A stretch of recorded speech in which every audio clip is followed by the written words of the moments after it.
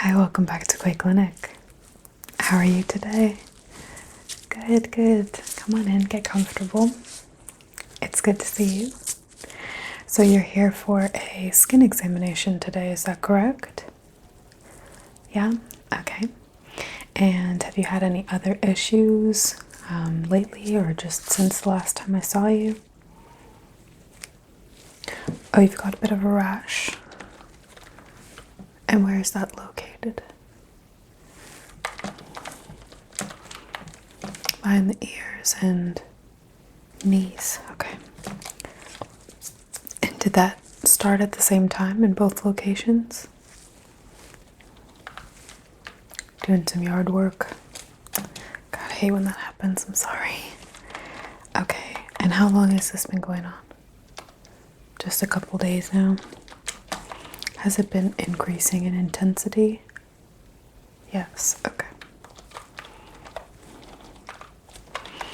All right.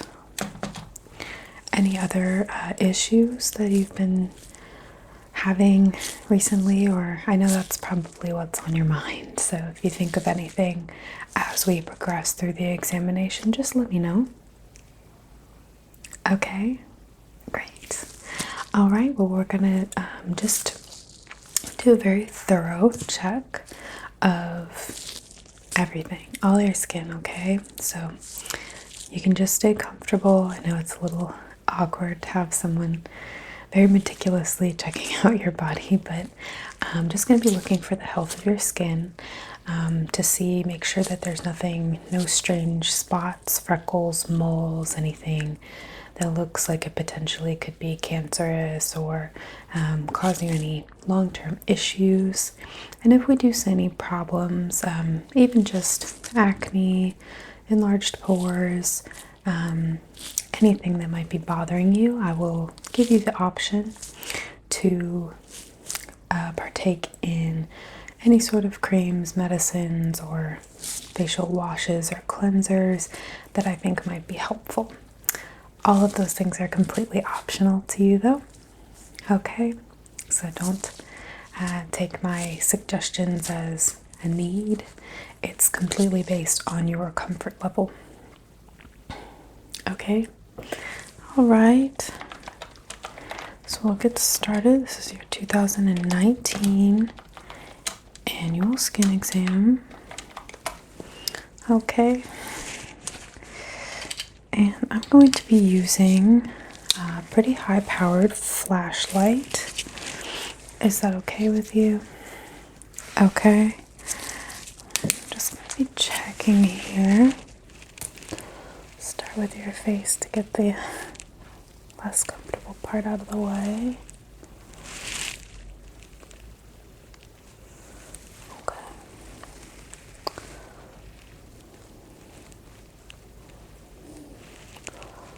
See a little, just a teeny little bit of oil buildup around your T-zone. And that's actually what darkens those pores a little bit, which is very, very common. I have the same thing myself. Is that something that bothers you?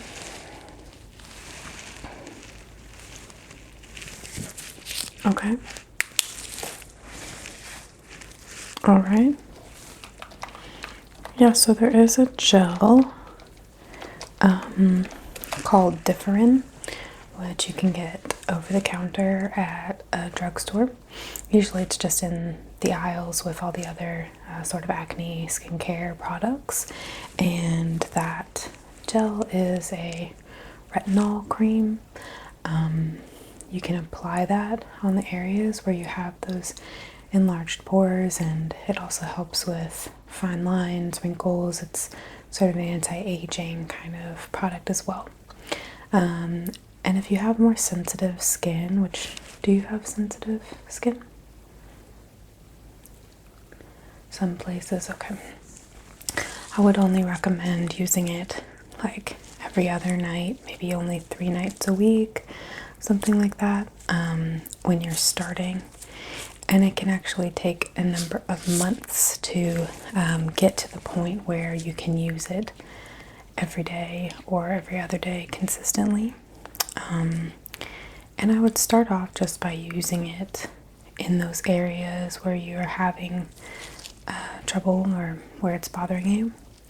And you can try to work your way up to covering more of your face if you're interested in the sort of anti-aging properties that it has, but you don't have to feel compelled to do that. It's optional again, and since that is just an over-the-counter, you don't need a prescription. You don't have to buy it today. You can think on it. Okay, all right. I'm just gonna touch your face here a little bit if that's okay, and just feel.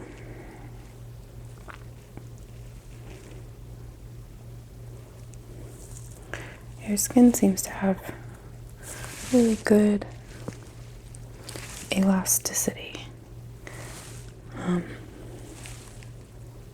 How old are you now? Really? Wow. That's awesome. Yeah, you have excellent skin. It's still quite young and seems to have a lot of that nice collagen bounce that we like. Keeps the wrinkles away. So you might not even need the anti-aging bits of it.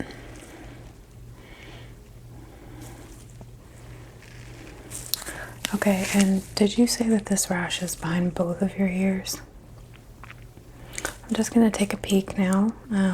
Is it painful at all if I maneuver your ear? Will that be a problem? Okay, just let me know. Keep me posted here if you start feeling anything. I'm gonna grab my flashlight again. If I can find where I put it. Other pocket. All right. And let's see here. Okay. Yeah, I do see pretty traditional bumps that look to me right now like poison oak.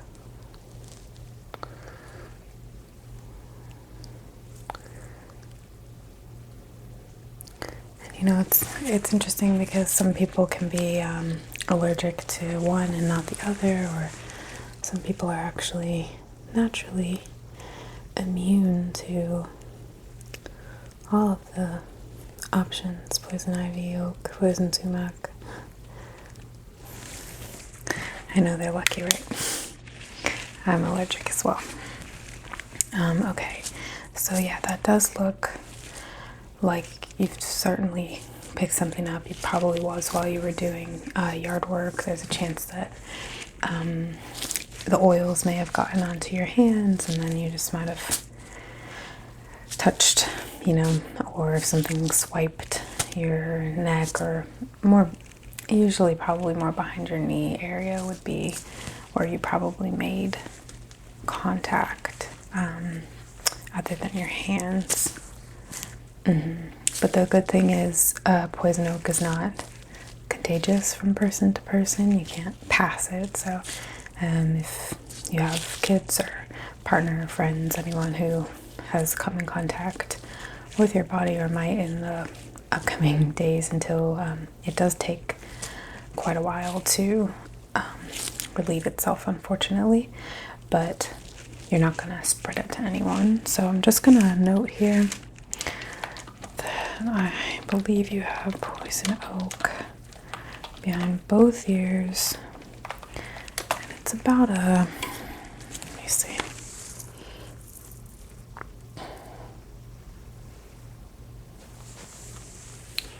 it looks to me to be like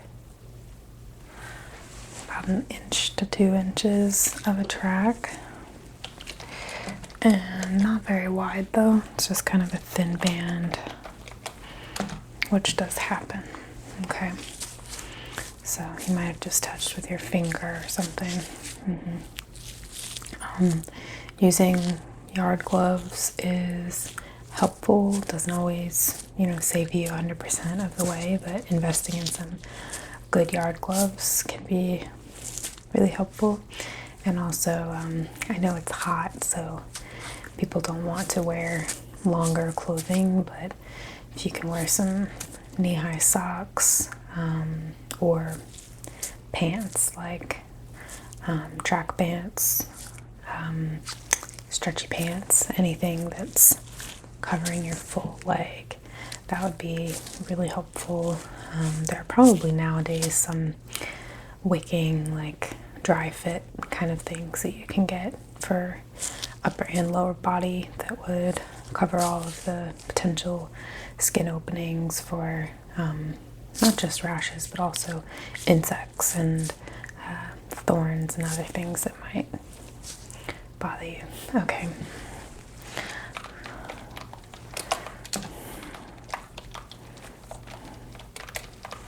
Okay. Let's continue here.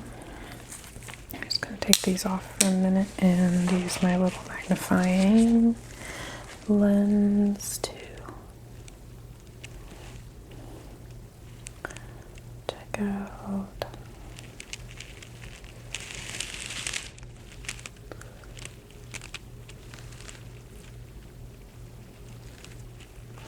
Did you ever suffer from acne? Like pretty intense? Okay. You only have sort of minimal, residual scarring or marks, and honestly, with the way that the skin sheds cells,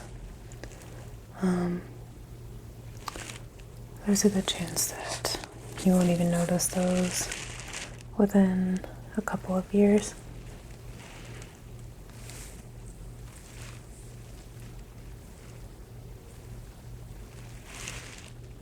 Okay.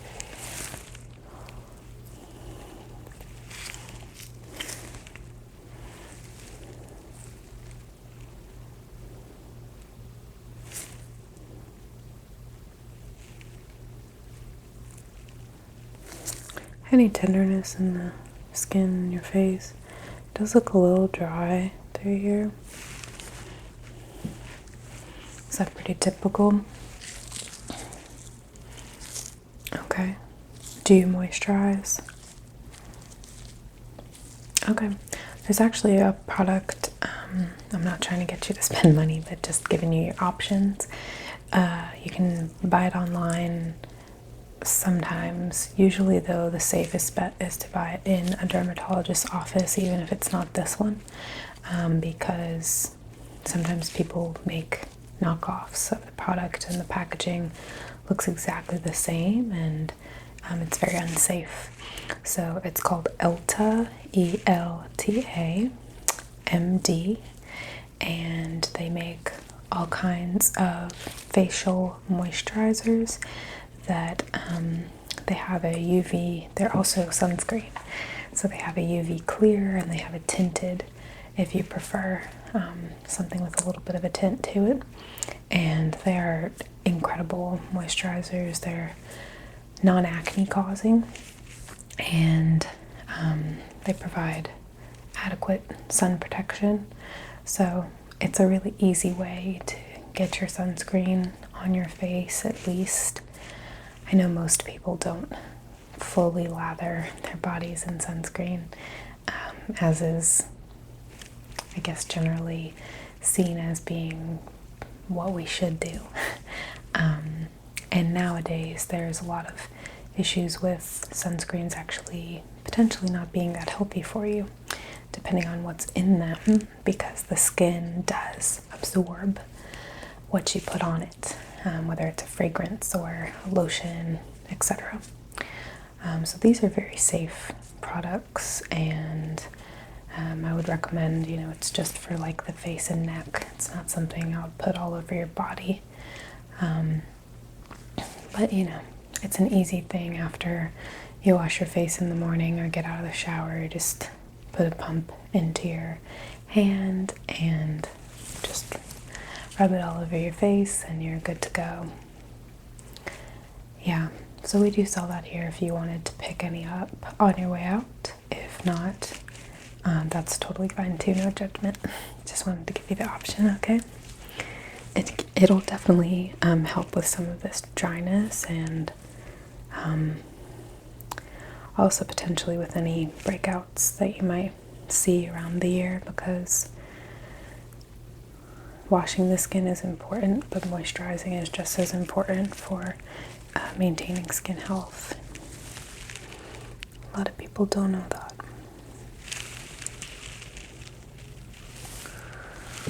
Chin looks good. Cheeks look good. I don't know if you can see today while I'm so close up to you. I have sort of sparkles all over my face. I'm not aiming for a look here. I tried a new powder on my eyes for my eyeshadow, and it just crusted all over my face, and I couldn't get it off before I left the house this morning, so I just went for the wet mermaid look. Figure if I can't beat it, might as well go with it. Okay, so your facial skin looks good. Didn't see too much of an issue, and I'm just going to make a note that we talked about the moisturizer, okay?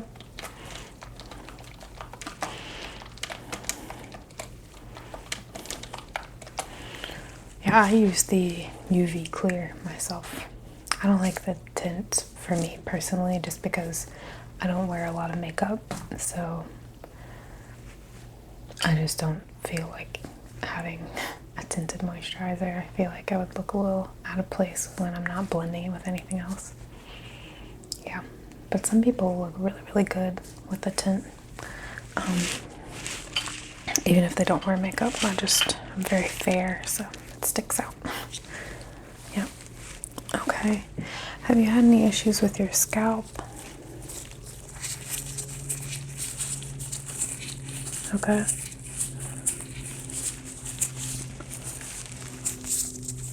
Any dryness, sweat spots, anything?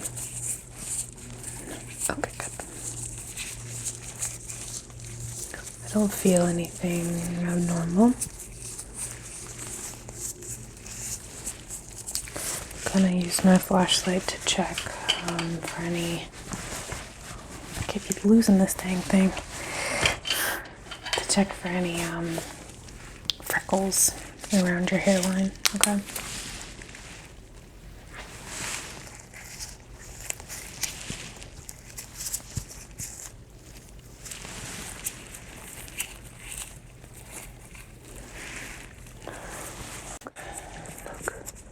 Down for me, if you will. Just gonna check the top of your head here. Right side, okay. Alright, good. Okay.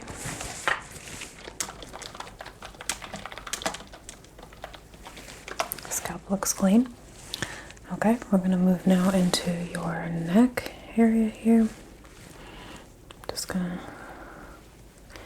take a look. You do have a couple freckles here. I'm just gonna get a good look at it with my light and my magnifying glass.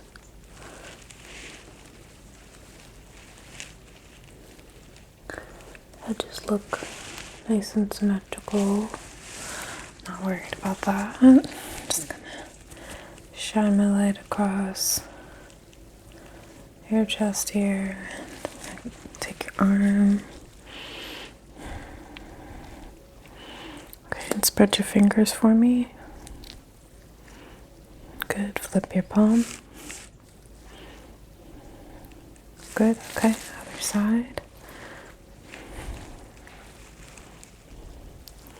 Good, spread your fingers for me. Okay, and flip your palm.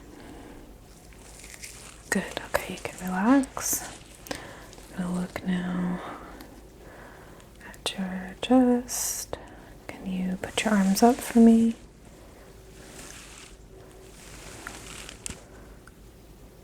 okay? You can relax. Have you had any major sunburns this year?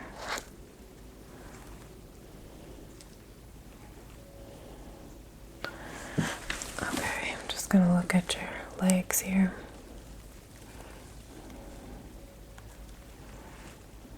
Gotta spread your toes. Okay, and on the other side. Okay, look at your bottoms of your feet. Good. Okay. Alright. Don't see anything I'm worried about.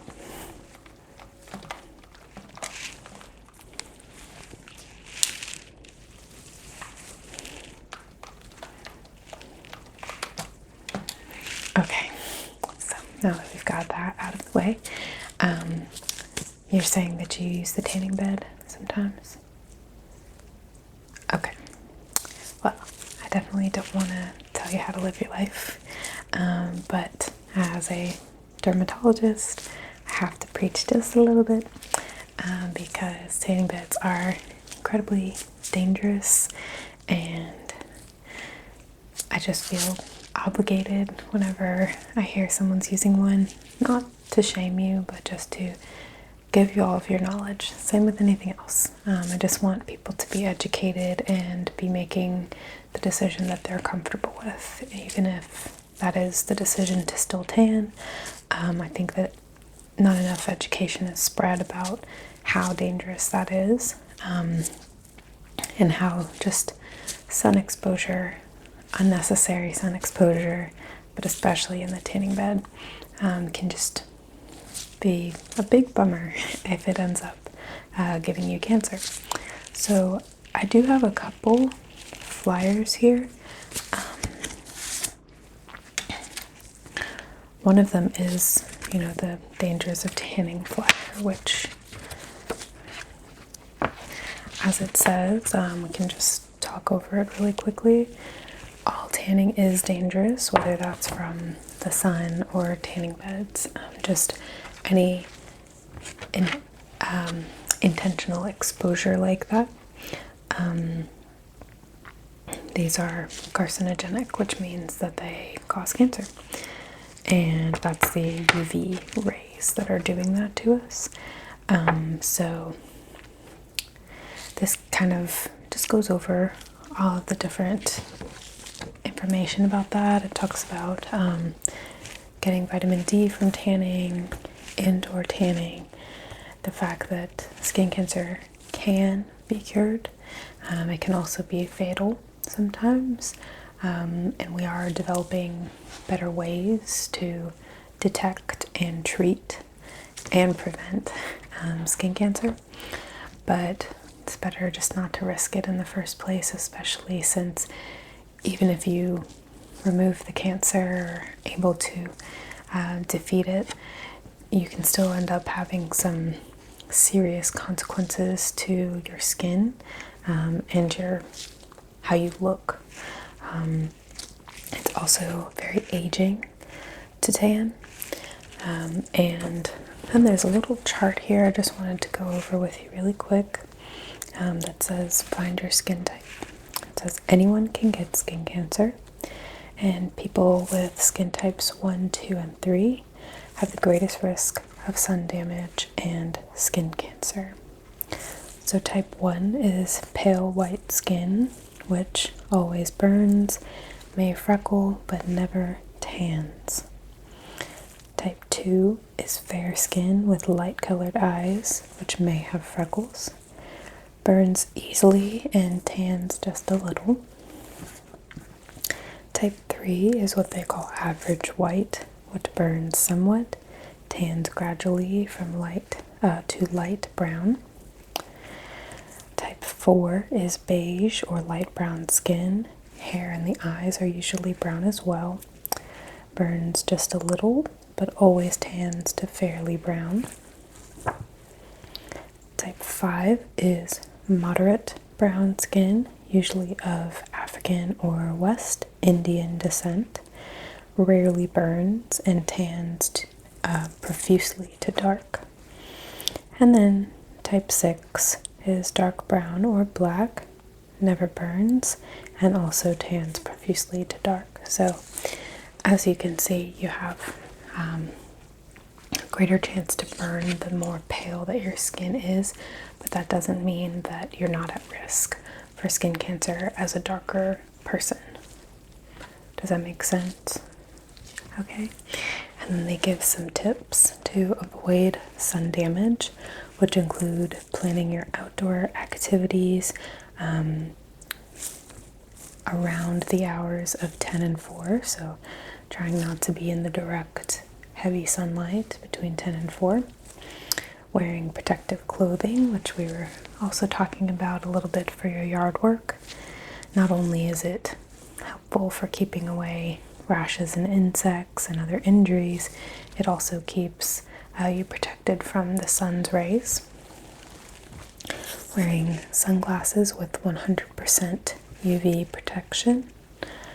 Wearing broad spectrum sunscreen and reapplying as necessary, which again, I know people don't do that. I don't do that every single time. It can be quite a hassle to apply sunscreen, but I just tell people to at least try to make that effort if you know you're going to be in direct sun for an extended period of time, especially in the hotter months of the year. You're supposed to technically wear sunscreen all over your body, all of the exposed parts, every day of the year, no matter the weather. But I know that that's just not realistic, and it also can cause a lot of acne for people, so I get it. I'm human too. But if you're going on a hike or a bike ride or swimming in a lake or to a ball game or anything where you know that you're going to be in the sun for an extended period of time, even if it's kind of overcast, those are your times that I say certainly put on that sunscreen, because you're gonna lose that nice young fresh skin that you have if you allow yourself to burn, especially repeatedly. Okay. And then they give you some facts to help you detect skin cancer, and just some clerical information on the back, so I'll give you that. Okay, and the other pamphlet here is for your rash. Okay, so this covers all the different types of poison options that you can accidentally contract. Here they have a picture of poison ivy, poison oak, and poison sumac to help you try and identify those things. So it just talks initially about how the oil, like I was talking about, is what gets into your skin and causes that itchy rash. It talks about the symptoms, the fact that it takes some time for these things to appear. It actually says the first time you contact these plants, you might not have a reaction until 12 or 21 days later. So you may have had this happen to you before, since it's only taken a couple days for your rash to come on, which is typical. It's 12 to 72 hours after you actually make contact, which sounds like fits with your timeline, right? Right, okay. So signs and symptoms, that really itchy skin, and like I was telling you, it says that you're not going to be able to spread this by scratching. You can unfortunately break the skin and get an infection or cause further discomfort if you scratch, but you're not going to spread it through scratching. And it also says you can get an allergic reaction when burning these plants. So the smoke carries the oil that we're allergic to, and that can influence you as well. So if you or your family, neighbors, anyone you know tends to burn brush and other yard clippings, stay away from that now that you know that you are certainly allergic to this oil. Try not to go outdoors or be around the smoke, and that can cause you trouble on your face and eyes, and it's just a nasty situation, so stay away from that. Gives you some treatment options here, and there are some creams that are alleged to help. They're pretty expensive, so I'm going to give you a couple of the trial sized versions of some of those, and you can apply just a thin layer onto your affected areas, and it should at least help with the itching. Might make it go away a little bit faster too. Okay. And just talks about when to get medical care, which you did, prevention.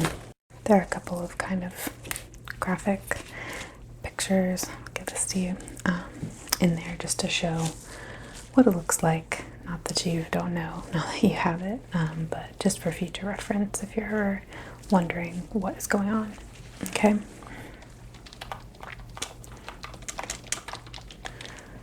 So,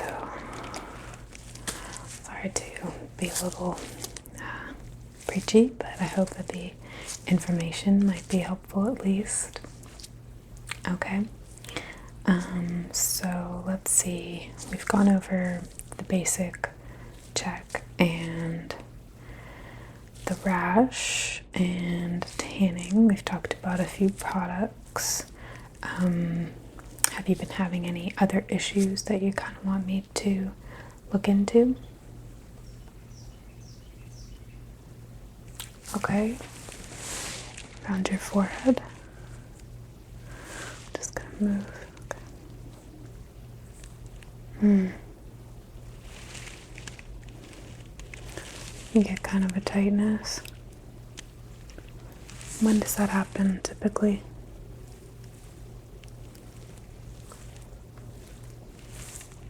Okay, so really just after long exposure to water. You don't get it the same if you just wash your face at the sink. Okay, okay.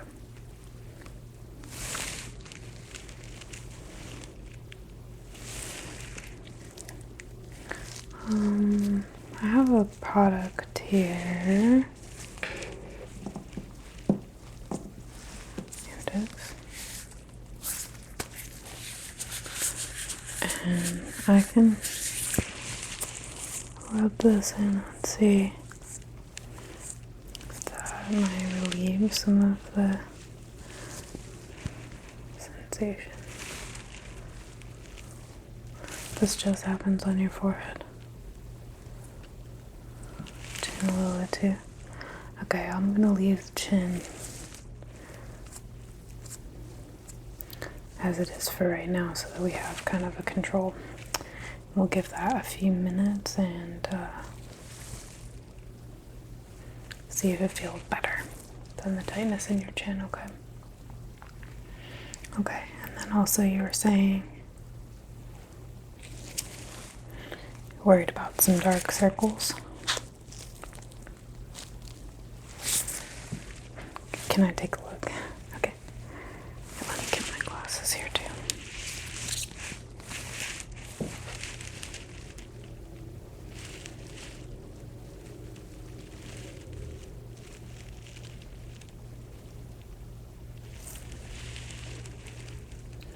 I don't see much like bruising, like busted capillaries or anything like that. Have you always had kind of dark under eye?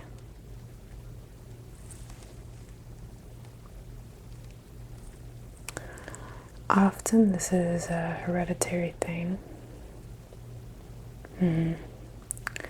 So if your parent or parents, sometimes even grandparents, have kind of that darker look, that can be passed down. And unfortunately, it's not always about how much sleep you're getting. Some people's eyes react, get puffy or dark if they're not getting enough sleep or if they're malnourished. But if you've had these for a fairly long time, I would say that it's probably hereditary, especially if you've noticed that your parents or grandparents have the same thing. If not, though, you could always, when you go for your checkup next, or if you schedule one for just like a regular annual exam, something like that, with your primary care physician, you can get a little bit of blood work that can check and make sure that your vitamin and all of your nutrient levels are adequate, because sometimes we can have those sort of reactions in our skin's pigmentation and also just that balance I was talking about, the health of your skin, keeping it from looking sallow or discolored. That can certainly happen based on your diet if your body is just lacking some vitamin or nutrient, minerals even.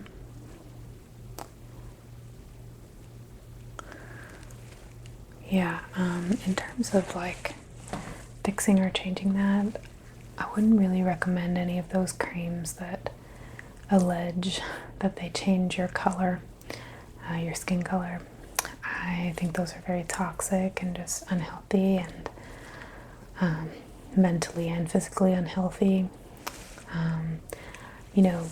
I know it doesn't help, but to me, that's not something I would have really even noticed. I think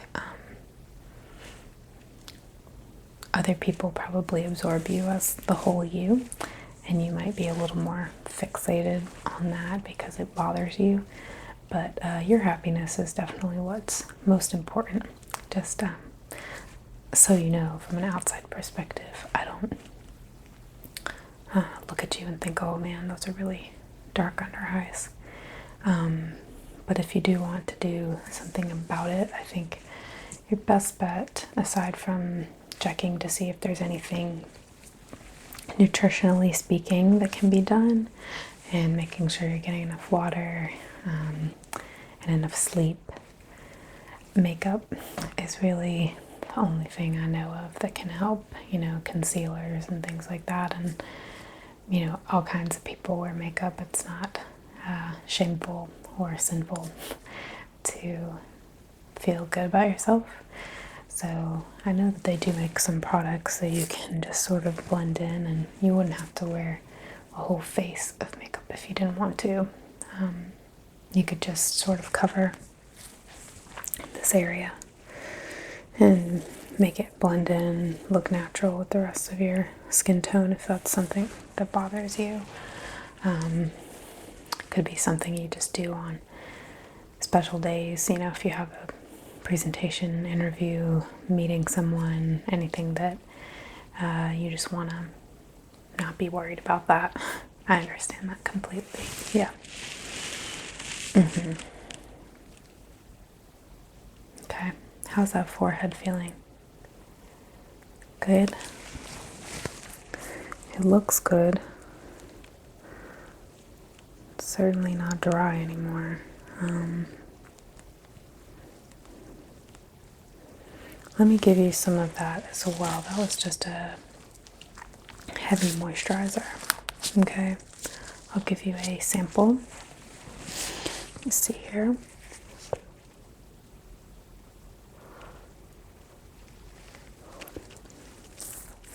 Okay, I've got your trial samples here. the moisturizer and some creams for your, poison oak. And those creams for the poison oak, you really don't need like a crazy amount. If you want, you can put it onto like a Q-tip and then just swab it on the area. I would use like one Q-tip size amount on each. And on the back of your knees, you might need a little more. That's why I gave you a couple of the tubes of the cream. Okay. All right.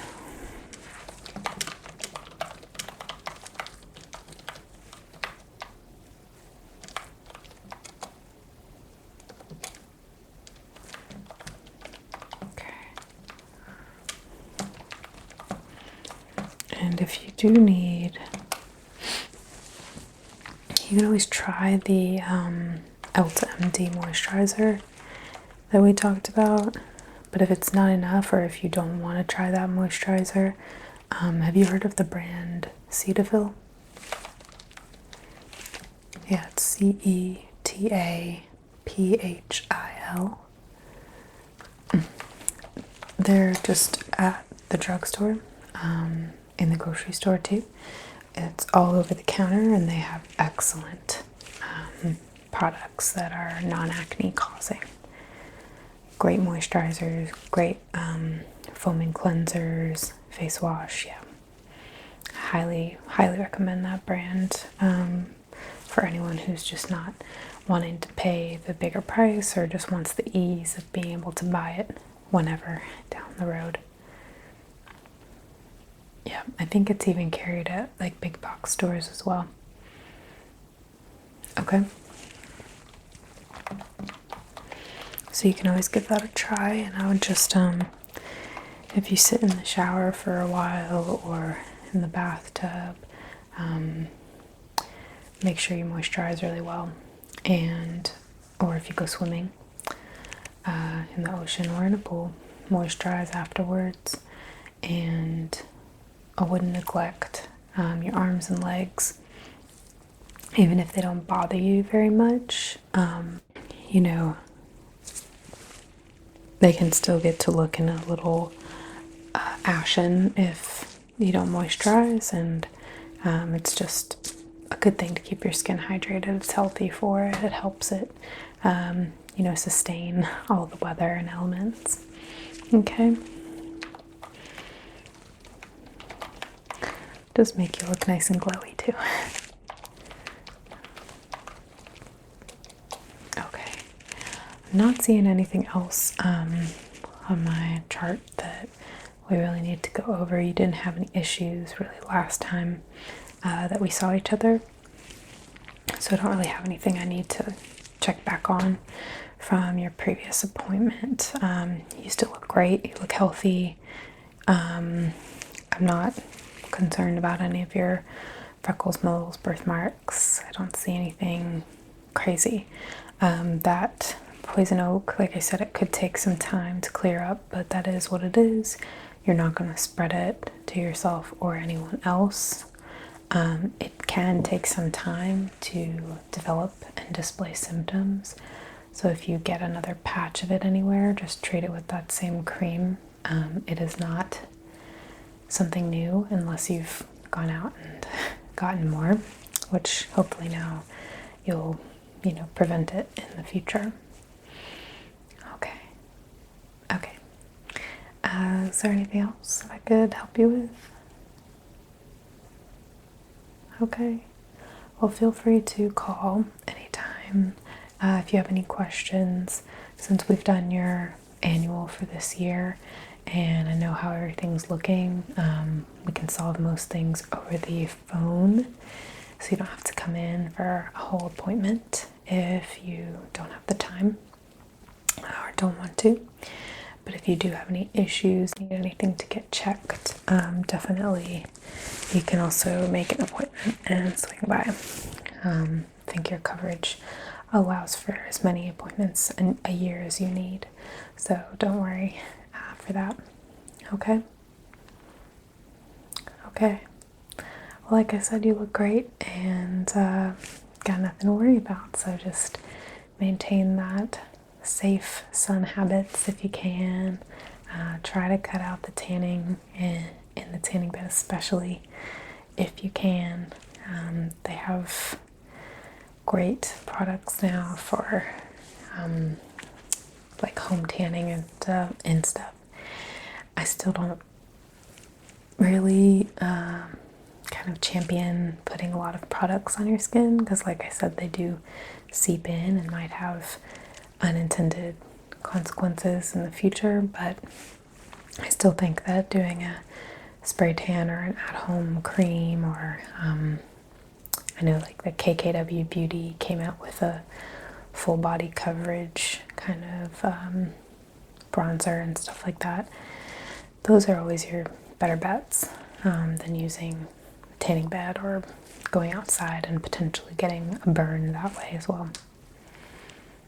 I find that honestly the best way to tan, if you really want to be tanner, is just gradual small sun exposure.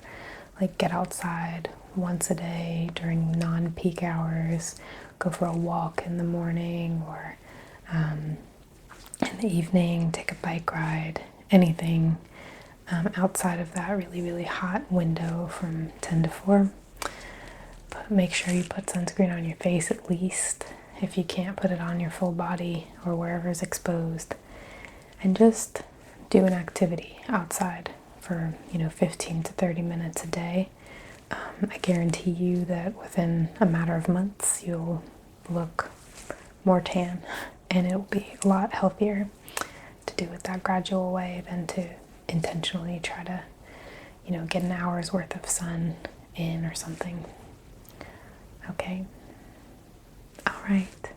Well, thank you for listening to all my advice, and I wish you nothing but the best. I hope that you stay happy and healthy. Do you have any summer plans? Cool. Yeah, that's awesome. I'm not doing anything myself, just working. Yeah. Okay. Well, I hope you enjoy the rest of your summer, and I will see you next year. Okay? Call me if you need anything else in the meantime. All right? Okay. And as you know, at Quake Clinic, you are more than welcome to hang out for a little bit if you want. You can take a nap in any of our beds. You can eat some snacks if you'd like. And you are free to head on whenever you feel comfortable.